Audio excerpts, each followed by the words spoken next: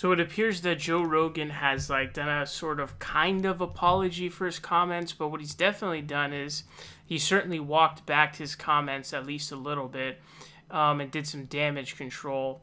And so he said, he clarified his vaccine comments, and he said, "I'm not an anti-vax person."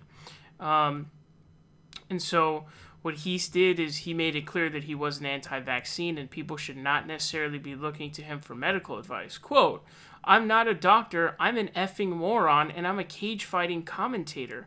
I'm not a respected source of information, even for me, but I at least try to be honest about what I'm saying," Rogan said.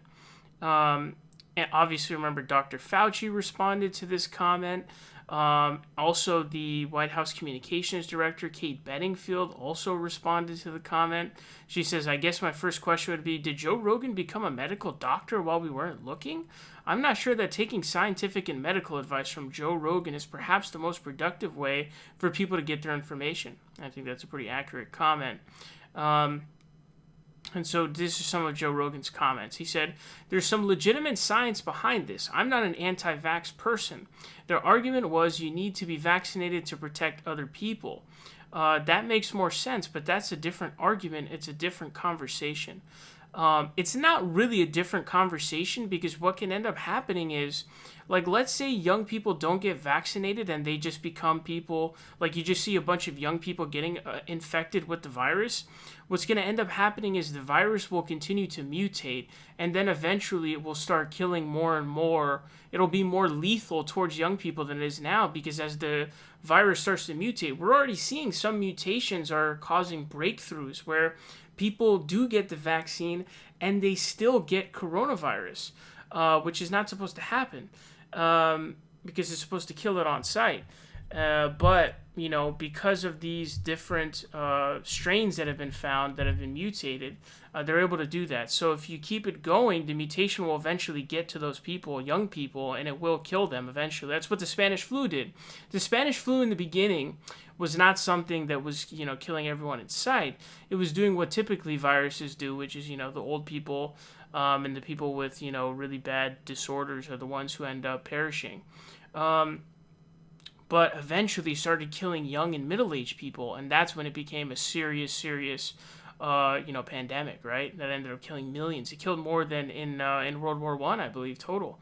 So you don't want to keep it going because it's going to continue to mutate. And yeah, you do need to look at, obviously the different conversation is totally legitimate, right? Which is protecting other people. But in terms of destroying a virus, you need everyone to get vaccinated to prevent the further mutation of the comments. He says, Rogan added that he thinks his comments were blown out of proportion and attacked the media for clickbait headlines.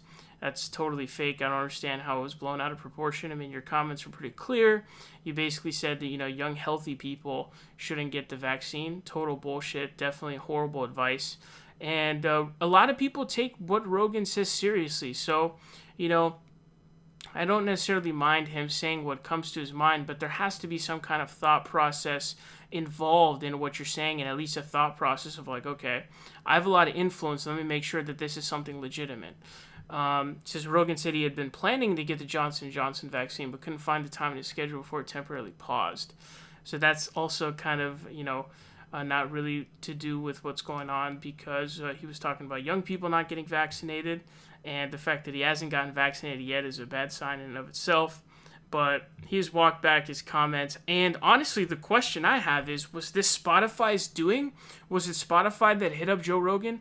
And I would be shocked if they didn't talk to him. We already know they definitely talked to him when he lied and made up the bullshit claim that it was like Antifa setting fires in Oregon.